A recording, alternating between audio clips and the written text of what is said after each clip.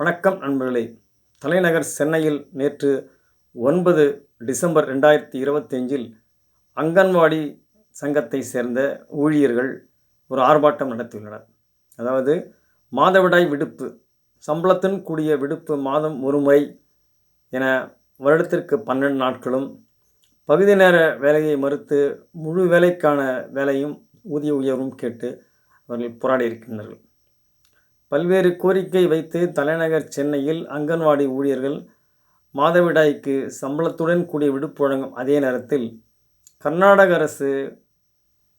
கர்நாடகத்தில் தனியார் நிறுவனங்களும் அரசு நிறுவனங்களும் ஊழியர்களுக்கு சம்பளத்துடன் கூடிய ஒரு நாள் விடுப்பு அறிவித்து ஆணை வெளியிட்டது. ஆனால் அந்த ஆணை எதிர்த்து அங்குள்ள முதலாளிகள், ஓட்டல் முதலாளிகள், நிறுவனங்கள் தங்கள் வருவாய் பாதிக்கப்படுவதாகவும் நிதி நெருக்கடி ஏற்படுவதாகவும் கூறி அதற்கு இடைக்கால தடை வாங்கியுள்ளனர்.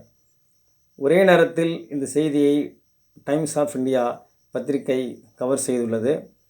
கர்நாடக அரசு அறிவித்தல் அதே சூழலில் தமிழகத்தில் அங்கன்வாடி ஊழியர்கள் இந்த கோரிக்கை முக்கியத்துவம் பெறுகின்றது.